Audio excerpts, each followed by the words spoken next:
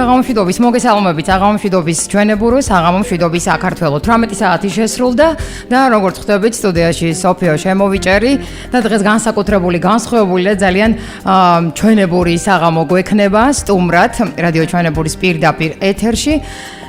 ჩვენებური ყოველსათვის საყვარელი პროზაიკოსი და მწერალი ბატონი ჯემალ ქირია გვესტუმრა. ძალიან დიდი მადლობა მინდა ბატონ ჯემალ გითხრათ მობრძანებისთვის და მოგესალმებით, საღამომშვიდობის. გამარჯობათ. მივესალმები ყველა ჩემს ნაცნობს ახალ და შეერთებულ შტატებში ციკოთხი წელი ვიცხოვრე და უამრავი მეგობარი მყავს. კეთილი ბატონ ჯემალ, ძალიან ბევრი გვისმენს. სხვათა შორის სულ მოუთმენლად ელოდებიან დღეს ჩვენს დიალოგსაც და ასევე გადაცემას New York Live-ს, რომელიც სულ რაღაც 2 საათში დაიწყება. ძალიან შეიყვარა ჩვენმა მსმენელმა ეს გადაცემა და მე თქვენი სახელითაც და ჩემი სახელითაც კიდევ ერთხელ მივესალმები ყველა ემიგრანტს ძალიან დიდი პატივისცემით და სიყვარულით. ბატონ ჯემალ, კიდევ ერთხელ მადლობა დიდი მობრძანებისთვის და ძალიან ბევრი გვაქვს მე და თქვენ სასაუბრო და როგორც წესი ტრადიციულად ძალიან აინტერესებს ალბათ ძალიან ბევრს თქვენი ცხოვრების და შემოქმედების დეტალები. ალბათ ბუნებრივია დავიწყებთ შორეული წარსულიდან, მე რასაც გადავავლეთ თვალი თქვენს ბიოგრაფიას, ძალიან საინტერესო ბავშვი ყოფილიყართ ბატონ ჯემალ, თქვენ უკეთესად მოგვიყვებით. მე ერთ რაღაცას გეტყვით, რომ დიახ. ჩემი ბავშვობა ცოტა უცნაურია. ახლა ბუნებრივია ფანტაზიები რაღაცა, ამიტომ მე ბავშვობიდან დავრბოდი სხვა მხარეებში, უამრავი იდეები მქონდა რაღაცა და ყველაფერი ამაზე მოთხრობილია ჩემს წიგნებში, მაგრამ სიღმაწვილეში გადაცებული ვიყავი სხვა ქვეყნების ამბებით, თქვა ლათინური ამერიკით, ესპანურ სწავლობდი, ესეთ რაღაცებით ვიყავი დაკავებული და დიახ. მე როდესაც კალამს მოვკიდე ხელი და სერიოზულად ვიფიქრე, რომ წერალი უნდა ვყოფილიყავი, მაშინ აღმოჩნდა, რომ ჩემი შემოქმედების თემა მაინც არის საქართველო, კონკრეტულად სამეგრელო. ესე იგი საკუთარი სახელიდან ვერსად ვერ გაიქცევი. იმდენი მივლია ჩემს სიღმაწვილეში. სტუდენტი რო გავხდი, მე 25 წლისა ვიყავი. მანამდე საბჭოთა კავშირის არც ერთი კუთხე არ დამიტოვებია, სადაც არ მიმუშავია, არ ყოფილ ვარ. დავწანწალებდი სიმართლე გითხრათ, უბილეთოდ, უფულოდ, მშიერი, მწყურვალი და ეს თავგადასავლები ყველაფერი ჩემ წიგნებშია აღწერილი და ბევრ რომანში გამომადგა სხვათა შორის. ხან მიჭერდნენ კიდეც, ხან საზღვრებს ვარღვევდი კიდეც. ერთხელ ჩინეთშიც ვიყავი გაქცეული 1-10 თვე. საინტერესოა. ხო და ამაზე მივყვები, მაგრამ ჩემი წიგნების შინაარსი მაინც არის ძირითადად საქართველო და რა თქმა უნდა სამეგრელო ძირითადად. სხვაგან ვერ გავდივარ, იმიტომ რომ სადაც საქართველოს ყველა კუთხე მიყვარს რა თქმა უნდა და ყველა ქართველია, ვინც ჩვენ გვახვევია და ჩვენი საყვარელი ხალხია. მაგრამ როდესაც წიგნს წერ, ისეთი დეტალები უნდა იცოდე, ისეთი რაღაცები უნდა დაიბადოს შენს თავში, რომ მარტო სამეგრელოში გატარებული ბავშვობა თუ მაძლევს იმ მასალას, რითაც მე ეს წიგნები იწერებოდა. დიახ, მე დამავიწყე თავიდანვე უნდა მეთქვა აუცილებლად, რომ ბატონი ჯემალი გახოთ სამეგრელოდან და კერძოდ ზუგდიდიდან. ძალიან ლამაზი ქალაქი. ზუგდიდებსაც. ზუგდიდს მივესალმოთ ძალიან დიდი პატივისცემით. ბატონ ჯემალ, რაც შეეხება გარდა იმისა, რომ თქვენ ძალიან ბევრი წიგნი გაქვთ დაწერილი, ძალიან ბევრი პატარა გაახარეთ და დღემდე თქვენი სახელმძღვანელო სკოლებშიც კი, ასე ვთქვათ, როგორც სახელმძღვანელო ასე გამოიყენება, ერთ-ერთ რომელიმე განსაკუთრებულს ხომ არ გამოყოფდით? მე არ ვიცი, ახლა უბრალოდ შულები როცა ყავს ადამიანს, ყველა თანაბრად გიყვარს, მაგრამ რა თქმა უნდა. ზოგი უფრო ნიჭიერია, ზოგი ნაკლებ ნიჭიერია, ეს როგორც ასია ნამდვილად. ასია და ახლა წიგნებს რაც შეეხება, საერთოდ ჩემი მკითხველები, ვინც თავიდან მე გამიჩნდეს, ძირითადად მაინც მარადი მხედარით. ცისკარში იბეჭდებოდა 6 თვის მანძილზე გამოწოდლებ. ხო და მაშინ ცისკარი გამოდიოდა ძალიან დიდი ტირაჟით, 75,000 ტირაჟი იყო საქართველოში. და ვინც რამეს კითხულობს, ყველა კითხულობდა. და ამის ირგვლივ ლაპარაკიც იყო და ყველაფერი და მე წიგნებადაც გამოიცა ერთხელ მეორჯერ. ამას წინათ ეს წიგნი რო გამოვიდა ახლა ერთმა მკითხველმა შეკითხვა გამომიგზავნა, რომ რამე შეიცვალა, სხვა რამე დაამატე და რაღაცაო. საქმე იმაშია, რომ საქართველოში დღეს დიდი ტირაჟი წიგნები არ იბეჭდება. ასია ნამდვილად. წიგნებს აქვს მცირე ტირაჟი, მკითხველთა რაოდენობა შეზღუდულია, ამიტომ რა თქმა უნდა ამიტომ თუ რამდენჯერ მაინც არ გამოეცი, თაობები იცვლებიან, ახლები მოდიან და ამ თაობებისთვის დაიკარგები უბრალოდ ელემენტარულად. ის რაც მაგალითად ეს რო გამოვიდა ეს წიგნი ამ საუკუნის დასაწყისში ან 70-იანი წლების ბოლოს სისკარში იბეჭდებოდა. მაშინ თელ საქართველოში კითხულობდნენ, მაგრამ მე გავიდა ის პერიოდი მოვიდა, როდესაც გაჭირდა ცხოვრება, წიგნის ბიზნესიც გაჭირდა, აღარ იყო საშუალება, ხალხი ვერ ყიდულობდა, იშვიათი მკითხველი იყო. დამასობაში შეიძლება არ ვიცი წიგნი დაიკარგება თუ არა, მაგრამ შეიძლება დაიკარგოს კიდეც თუ ხანდახან მაინც თუ არ გაიმეორე თუ არა და ყოველი გამეორების დროს რა თქმა უნდა რაღაცა იცვლება, რაღაც დაემატება. ყოველთვის რაღაც ახალი გასია ნამდვილად. მე მინდოდა ბოლოსკენ ასე თქვა გემრიელ უკმა ჩემომენახა, მაგრამ რადგან ჩამოვარდა ამ მარად მხედარზე და ამ ახალ წიგნზე საუბარი, გილოცავთ. დიდი მადლობა. ძალიან მიხარია. საკმაოდ სქელდანიანი და ძალიან კარგი ხარისხის და კარგი წიგნი. მე მგონი გამომცემლობის გამოცემულია ინტელექტმა გამოსცა. დიახ, ძალიან კარგი და ისტორიას და შთამომავლობას დარჩება ეს შესანიშნავი წიგნი. ორიოდე სიტყვით, ბატონ ჯემალ, ოჯახზეც ვისაუბროთ. მე ზუგდიდში დავიბადე, გავიზარდი უმამოდ. მამაჩემი ომში დაიღუპა. ცოტა აი პირველი რომანიდან ესხერიდან ნაწყვეტები ცისკარში რო დავბეჭდი. დიახ. მაშინ ჰონორარი მომცეს 300 მანეთი. ეს ჩემთვის დიდი ფული იყო მაშინ. და ამ ფულით წავედი რუსეთში და მოვძებნი მამაჩემის საფლავი სმოლენსკის ოლქში, ძმათა საფლავში იყო 7500 კაცია დასაფლავებული და ის მოვინახულე. მე კიდევ ვიყავი სხვა დროსაც იქ მამაჩემის იმაზე. დედამ გზრდი და 4-ს მერე ოჯახში მამინაცვალიც შემოვიდა. ეხლა მე ჩემი დაძმებიდან დამრჩა მარტო აი მამინაცვლისგან დაბადებული ჩემი და შვილი. თორე ეს ჩემი ძმები და მამაჩემის შვილი და უკვე აღარ არის. ჩემს საზმე ყველაზე უმცროსი ვიყავი და ისინი უკვე აღარ არიან.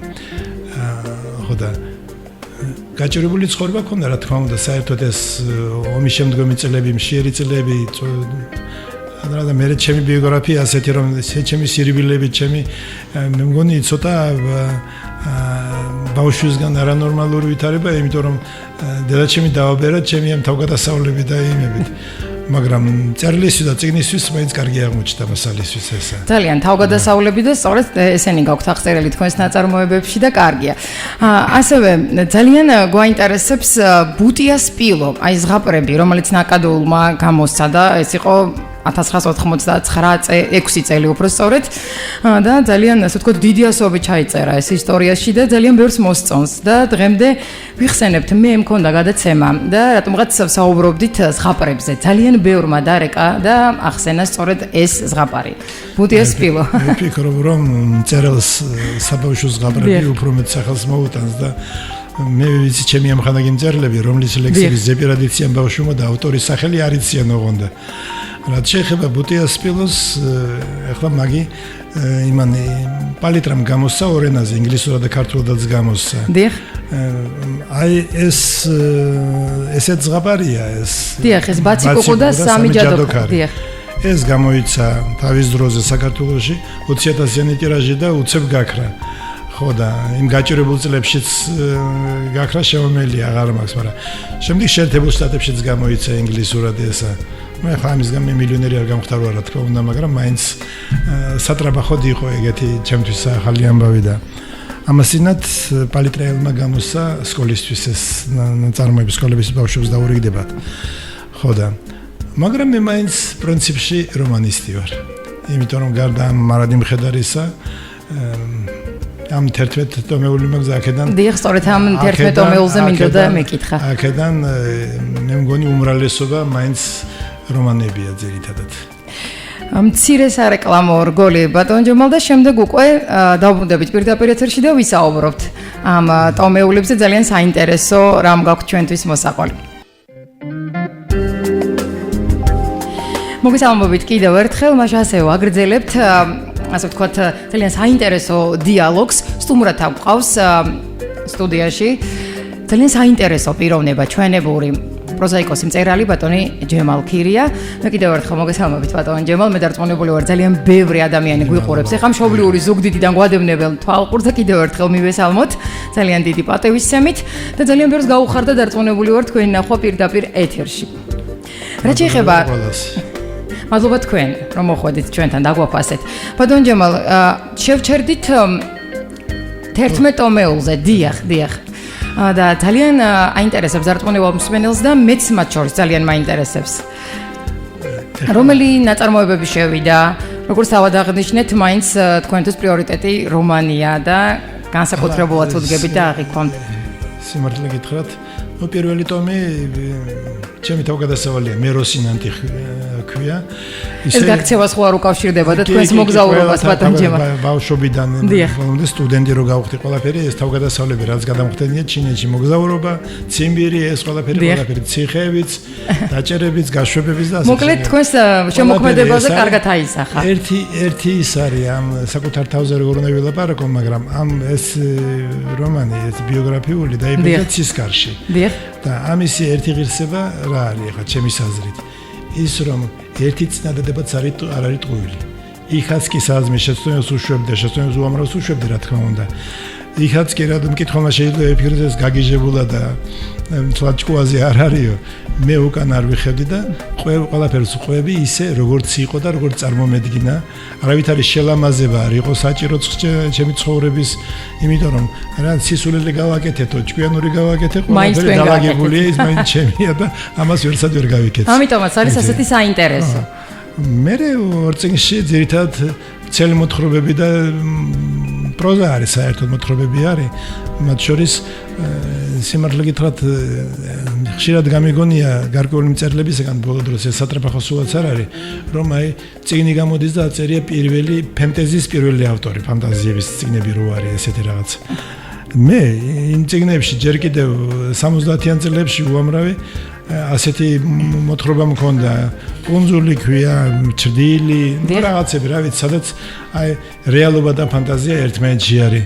და პირველსავე რომანში, რომელსაც ესხირი ქვია და ის ცოტა გლუბრყვილო წიგნია, რა თქმა უნდა, ეხლამდელი გაგებით ჩემი პოზიცია, თუმცა ზუგდიდში ძალიან უყვარდათ, იმიტომ რომ მეგრული სუნი უდის და მეგრელიზმებით არის საოცე და მეგრული არომატი რო აქვს, ამიტომ იქ რეალურთან ერთად ეს მოგონილი სამყაროც არის გვერდით.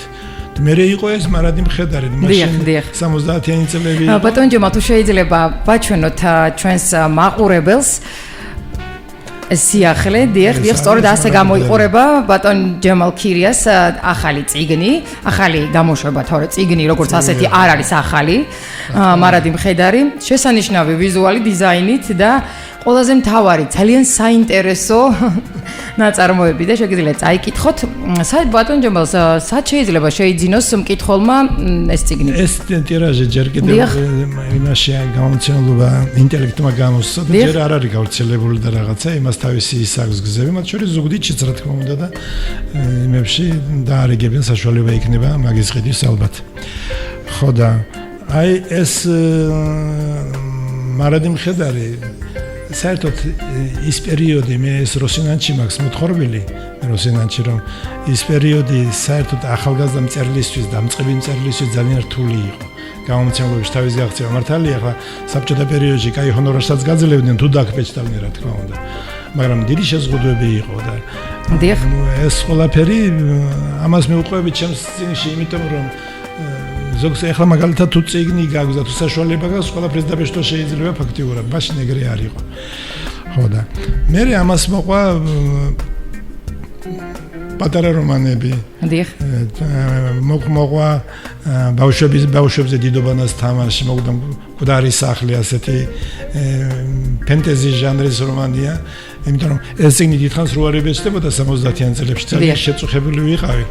ხო და პერსონაჟი გამოვიყვანე, რომელიც თავის მოკვლას აპირებს, მაგრამ ვერ იკლავს თავს და სამაგიეროდ ვინ მოიაზრეთ ამ პერსონაჟში ბატონ ჯემა? მე ვწუხდი და მე ჩემს თავზე იზა, თავის მოკვლას კი არ ვაპირებდი, მაგრამ ყოველ შემთხვევაში პაპონა ჭყონია იყო, რომელმაც საგზურად დაიღო და ჯოჯოხეთში მოგზაურა და თავის აპრებსაც შეხვდა და რაღაც ეგეთი არის. ძალიან საინტერესოა.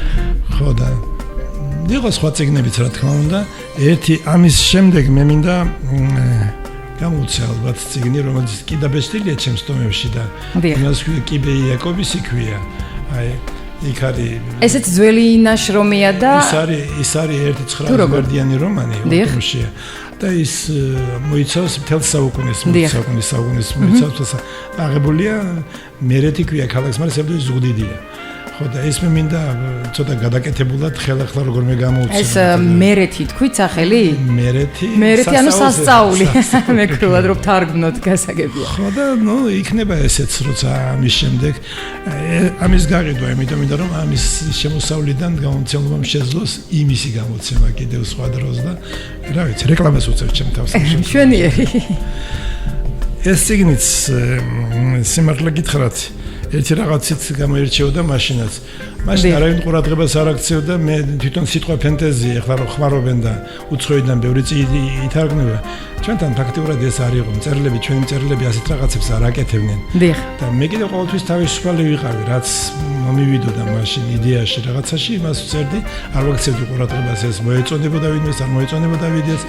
ამიტომ ამაში არის ეს 70-იანი წლების საქართველოს სამეგრელო ძირითადად და თბილისი მთელი იმით რეალური არსებით როგორიც იყო და ამავე დროს ყველაფერი ეს ხდება ჯადოსნური ამბებია იქ გელზე ამხედრებული გუჯმახა სატანა სულის გაყიდვა ჰაერში ფრენა ძმები ბედიების თავგადასავალი და რაღაცა მოკლედ სიმბოლურად არის იმდროინდელი საქართველოს და თბილისის ასეთი რეალურ ფანტასტიკური აღწერა რა. დარწმუნებული ვარ ძალიან საინტერესოა. მე მგონი რომ კარგად იკითხება, ვინც მოგიდებს ხელს. ხო და დარჩენი რა ვიცი, ახლა აგერ საბავშვოებს რო ვწერდი ეს განუწყვეტლივი იყო პატარა წიგნებად გამოიცემოდა ხოლმე ეს პაციკუგუც მათ შორის ეს როგორც გითხარით უკვე ამერიკაშიც გამოსცეს. მე თვითონ ვერ ვპატრონობ, იმიტომ რომ ცოტა ვერავარ მენეჯერი კარგი საკუთარი ნაშრომების. ეს სხვა უნდა ითავოს ბატონჯემო, თქვენი გასაკეთებელი გააკეთეთ. როგორ არის ჩვენთან საქართველოში პოპულარული ის არის ტელევიზორში ხშირად ჩანს მაგალითად. ან ვისაც რა ვიცი, ან თავისი რეკლამის გაკეთება შეუძლია. ხანდახან ეხლა წარმატებულ ქვეყანაში ერთი წიგნი თუ არის წარმატებული და მოსაწონი თუ არის იმ ერთი წიგნით მწერალი ცხოვრობს მთელი ცხოვრება. ეხლა მთელ საქართველოში წიგნით ვერაფერი ცხოვრობს საერთოდ. შეიძლება მატერიალურად დამძიმერ ვითარებაში ჩავარდე. მაგრამ ჩემთვის ეს არ არის შემოსავლის წყარო. ეს არის შემოქმედების ნაყოფი და როგორც შულებს უვლიან, ისე მინდა ჩემი ნაწარმოებები იბეჭდებოდეს და კითხულობდეს ვიღაცა. წარმომიდგენია როგორ ბედნიერი და ამაყიხათ, როცა ეხა თუნდაც ამ წუთას უყურებთ ამ წიგნს. უბრალოდ ბავშვს რო გაზრდი, ხო გიხარია თუ ეს კაი ადამიანი გამოვიდა. ასეა ნამდვილად. თუ წიგნი მეტნაკლებად საინტერესო, ყველა წიგნი თანაბარი ვერ იქნება, რა თქმა უნდა, ზოგი უფრო ნაკლებია, ზოგი უკეთესია და თავარია დარჩეს რამდენიმე მაინც რომელსაც ზღაპრიდნენ მაგალითად ერთი მწერალი მეგობარი მყავს პოეტი, რომელმაც აი ეს ერთი ლექსი რო არის პატარ ფისუნია კაბატკატა მაგიდაზე ახტაო. ჩამოაგდოვაზა, ხო. მთელი საქართველოს ბავშვები მაგას ზეპერადიციან და ამის ავტორის სახელი არიციან. დიახ. ამიტომ ჩვენ უნდა გავაკეთოთ ჩვენი საქმე და მე დანარჩენი როგორც გაიგოს. ასეა, ნამდვილად ასეა, ბატონ ჯემალ, უნდა კითხოთ, ოჯახი აუცილებლად ყველა ხელოვანი შემოქმედი ადამიანის ცხოვრებაში ძალიან დიდ როლს თამაშობს მეუღლე, შვილები. მოგვიყევით თქვენს ოჯახზე. რა ვთქვა, ერთი რაღაცა ესე მე შემიძლია ჩემი მეუღლე. დიახ. მიუხედავად იმისა, რომ ჩვენ მატერიალურად ამძიმე ვითარებაში ცხოვრობდით, ვიყავი მწერალი, ხდა წიგნებიც გამოდიოდა ყველაფერი, მაგრამ ყველაფრის დაწყება თავიდან ბინა, სახლი, კარი, ბავშვების გაზრდა, ყველაფერს სჭირდებოდა. ხო და მე ვფიქრობ, რომ ჩემმა მეუღლემ ჩემზე მეტი იშრომა იმისთვის, რომ ეს ბავშვები გაგვეზარდა და მიგვეცია ყურადღება ასე, იმიტომ რომ მე სიგეთის მეტი არაფერი არ მახსოვს მისგან და მაშინაც კი როცა ძალიან გვიჭირდა მე კიდე ვიჯექი და ვწერდი ამას ერთხელაც ცხოვრებაში არ ვთქვამს რომ გაისარჯე ცოტა წადი ეს გააკეთე ოჯახს მიხედე და რებს ეს ყველაზე დიდი მხარდაჭერაა იმას ეს ჩემი ამბავი ჩემი ეს ხანდახან ის ფილოლოგია და შენიშვნებიც მოუწია ამ წერის პროცესში დამხმარებია ხშირად და ჩემს ოჯახის ბურჯი ის არის და რაც შეეხება ჩემს შვილებს, ორი ქალიშვილი და ერთი ვაჟიშვილი, თქვენ იცნობთ ზოგიერთ მათგანს. ხო და მე ერთხელ ასეთი რაღაცა შევემთქვა, შეიძლება ამასთან დაკავშირებული რა თქმა უნდა. ზუგდიდში ვიყავი, გასახლების დაგასვენებაში და ზუგდიდში მაშინ ძალიან იყო ეს ქურდული მენტალიტეტი გავრცელებული და ჩემი შვილი ამერიკაში იყო წასული და ორი არაჩვეულებრივ ლამაზი ბიჭები ძმები არიან, ორივე კრიმინალურ სამყაროში არიან და მე რო უწუხდებოდი ასეთი რაღაცა მითხრა. დიახ. ბატონო ჯემალ, უწუხდებით. ის ამერიკაში რამეს მოიპარავს და კარგად იქნება. ხო და მე გამეცინა თავს მოვიკლავდი ჩემს შვილს მოპარვა რო დაეწყო მან და რაღაც. ამიტომ ჩემი შვილები შრომობენ, მუშაობენ და შვილებს ზრდიან. შვილი მყავს 9. შვენიერი. არ შემიძლია უბრალოდ ეს ეხლა რადგან ასე ახსენეთ და ვიღაცამ ასე თქვა რომ მოიპარავს და კარგად იქნება. ეხლა უნდა ვთქვა მე პირდაპირ ეთერში, როგორი კარგი შვილები გყავთ თქვენ და უნდა ვთქვა, არ ვითქვამს თავიდან შეგნებულად, მაგრამ ეხლა უნდა ვთქვა რომ არაჩვეულებრივი შვილები გაზარდეთ და განსაკუთრებით ხაზი მინდა გავუსვა იმ ადამიანს, რომელმაც არ მოიპარა იშრომა 5 შვილის მამა და მისი დამსახურებაა რომ მე და თქვენ დღეს აქვს ხედავთ და ვსაუბრობთ პირდაპირ ეთერში. ბატონ ჯემალი გახლავთ სამსონ ქირიას მამა. როგორც სამსონის მამას კიდევ ერთხელ მოგესალმებთ. შვილიშვილებზე ძალიან თბილად და სასიამოვნოთ საუბრობდით, სანამ დავიწყებდით პირდაპირ ეთერში დიალოგს და თან ვახსენეთ კიდევაც სიმღერა, რომელსაც ისინი ღიღინებენ ამერიკაში. მეგრული სიმღერა. თქვენ შვილიშვილებზეც მოგვიყევით, ბატონ ჯემალი. ამერიკაში ჩემს 5 შვილი ყავს და 5 გოგონა. დიახ. უბრალოდ 14 წელიწადი და უმცროსი ახლა 2 წელიწადი 2 წელიწადი დაბაჩუნობს. ქართული იციან ლაპარაკობენ ქართულად. დიახ. ჩამოდიან ხოლმე ზაფხულობით ჩვენთან. და რა ვთქვა, გარდა იმისა რომ 5-ვე სხვადასხვანაირია, 5-ვე კარგული ნიჭიერება აქვს, ზოგს ასეთი, ზოგს ისეთი, ის მღერის, ის ცეკვავს, ის აზროვნებს და ასე შემდეგ და იზრდებიან და აგერ ჩემს ქალიშვილებს ერთს გოგობიჭი ყავს და მეორეს ორი გოგონა. ორი შესანიშნავი გოგონა, რომლებიც ძალიან კარგად ცეკვავენ თუ ტანვარჯიში მე მგონი, ზუსტად არ ვიცი, მაგრამ ჩემი მეორე ქალიშვილის უმცროსი ქალიშვილის გოგონა ტანვარჯიში ახლა სტამბოლში იყო და გასახელად მეტნაკლებად. ხო და დარჩენ გიზრდებიან, რაც თავარია. თავარია შვილიშვილები იყვნენ ჯანმრთელი, ჭკვიანები და თავის ცხოვრებას მიხედონ. ასე რომ არ შემიძლია ამეთი პრეტენზია მქონდეს. შვენიერი და სიმღერა, რომელიც ძალიან უყვარს თქვენ შვილიშვილებს, რომელიც ძალიან გიყვართ თქვენ და შევთანხმდით. უნდა გაუშვათ ეს სიმღერა, მიშა სოლუხია და ჯგუფი ურსა, ვაგიორქო უბრალოდ გასაკვირის იქნებოდა რომ მეგრული სიმღერა არ გაგვეშვა ეხა მე და თქვენ პირდაპირ ეთერში და არ მოგვესმინა. თქვენ შეგიძლიათ ამ სიმღერით გარდა იმისა რომ საოცრად ეფერებით, კალმით თქვენს კითხველს, შეგიძლიათ ამ სიმღერითაც მოეფეროთ და მიუძღვნათ თქვენთვის ძვირფას ადამიანებს ამერიკაში თქვენს მეგობრებს. მიყვარს თვითონ ეს ურსაც. არაჩვეულებრივია სოლუხიას და რა ვიცი მეგრელებში ძალიან ბევრი მომღერლები ყავს და კარგი მომღერლები. ჩვენი სიმღერებიც ნიჭიერი ხალხი ვართ. ნიჭიერი ხალხი ვართ, დიახ. ამჯერად მოვისმინოთ სიმღერა, დავტყობეთ, გავაჩუქოთ ყველა გემოვნებიან მსმენელს, ყველა თქვენს მკითხველს მიუძღვნათ და შემდეგ უკვე დავბრუნდეთ გადაცემის დასკვნის ნაწილში პირდაპირ ეთერში. მაშასემეთ შემოგიერთდით, მშვიდობიანი საღამო მინდა გისურვოთ და ვინც ესწრებია შემოგვიერთდა შეგახსენებთ რადიო ჩვენებურს უსმენთ FM-ზე 993 გვისმინეთ ინტერნეტშიც რადიო ჩვენებური წერტილეჯი ყველგან ვართ სადაც ინტერნეტია და ყველა ემიგრანტს ძალიან დიდი პატივისცემით მივესალმებით მე და ბატონ ჯემალი. ვინც ესწრებია შემოგვიერთდა გავმეორდები შეგახსენებთ რომ დღეს ძალიან საინტერესო სტუმარი გვყავს სტუდიაში პროზაიკოსი მწერალი ბატონი ჯემალ ქირია, საუკეთესო მამა, ბაბუა და ყველასათვის საყვარელი ადამიანი. კიდევ ერთხელ მოგესალმებით ბატონ ჯემალ. დიდი მადლობა გაიხარეთ. შევჩერდით სად? დადგა ვისაუბრეთ ოჯახზე, ბავშვობაზე, წარსულზე და ძალიან აინტერესებს ჩვენს მსმენელს და მათ შორის მეც ძალიან მაინტერესებს, ზოგადად ძალიან ცნობის მოყვარე ვარ. თქვენი ასე ვთქვით მიღწევები, ჯილდოები, ადგილები, სადაც გიმუშავიათ, უამრავია, დარწმუნებული ვარ. კი, ძალიან ბევრი, იმიტომ რომ ჩემი მუშაობა ბავშვობიდან გითხარით რომ ბევრს დავრბოდი რაღაცა, ყველგან მუშაობდი პურის ფულისთვის, მშენებლობებზე, ასეთ რაღაცებზე და ასე გავატარე მთელი ახალგაზრდობა, მე სტუდენტი ვიყავი, მე წერალთა კავშირის წევრი გავხდი, ცის გარშემო მუშაობდი პასუხისმგებლად, ზუგდიდში ვიყავი პასუხისმგებელი მდივანი წერალის სამწერლო ორგანიზაციის. დიახ.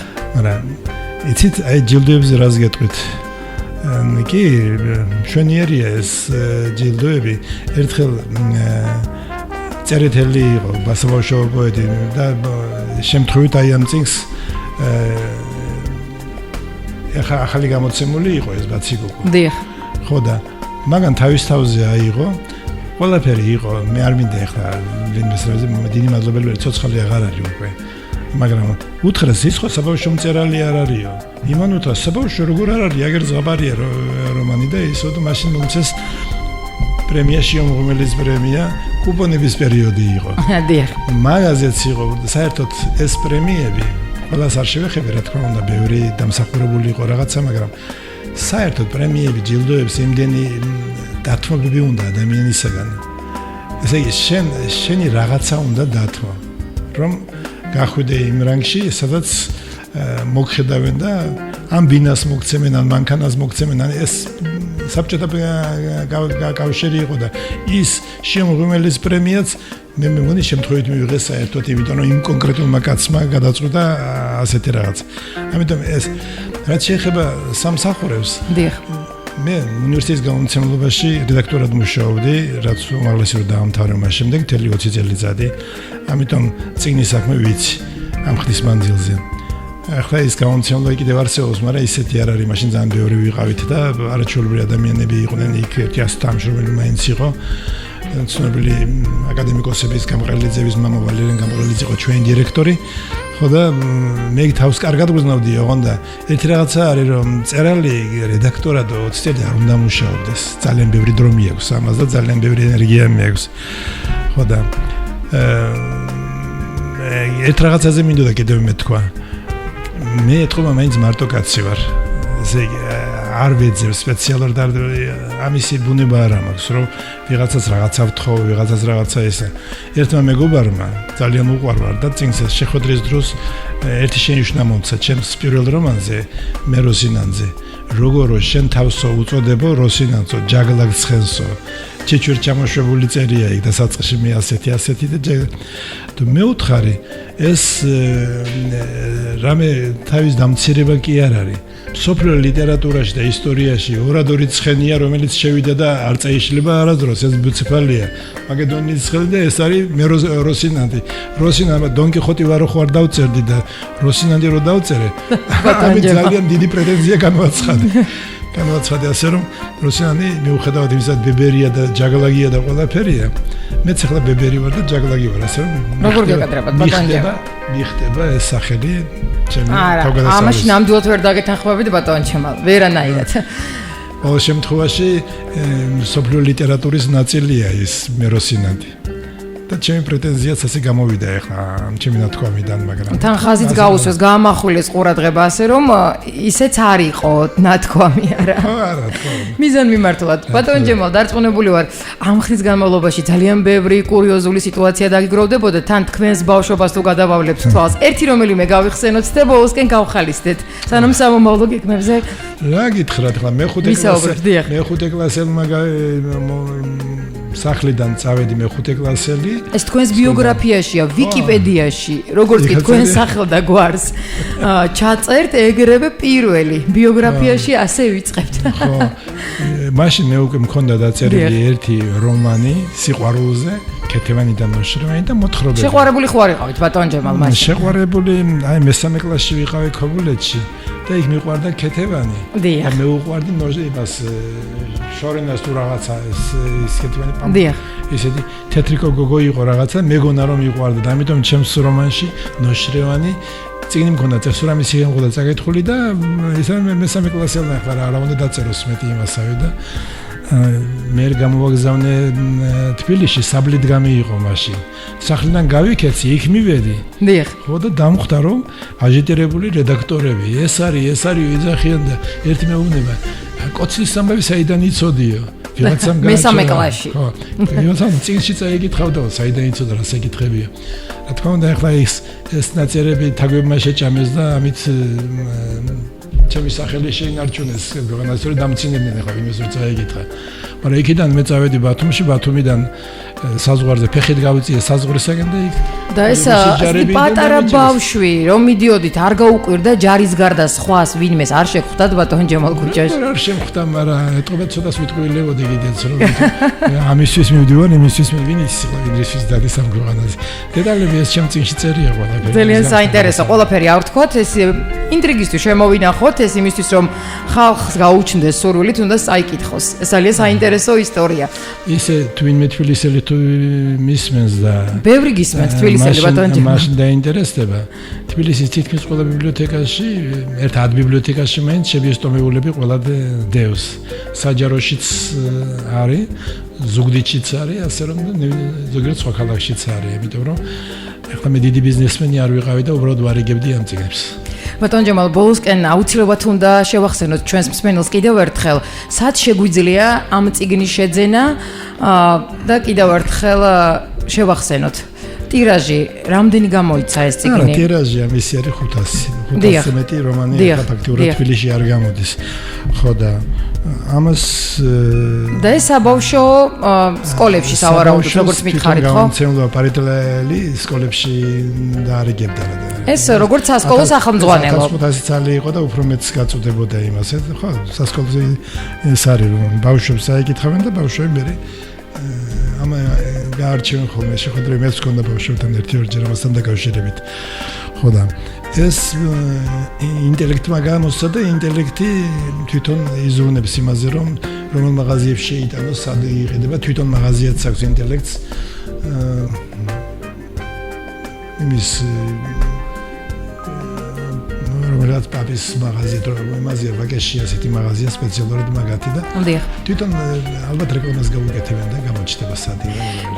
მშვენიერი და სამომავლო გეგმებზე ბატონ ჯემალ, როგორც თავად აღნიშნეთ, წამოგცდათ თავიდანვე. ახალი წიგნის გამოშვებასაც აპირებთ. განახლებულს. ეს ახალი განახლებულს არ დაუმალავდა ის წიგნი, რომელსაც კიბე იაკობის 2 ტომშია, ჩემს ტომებში დაბეჭდილი.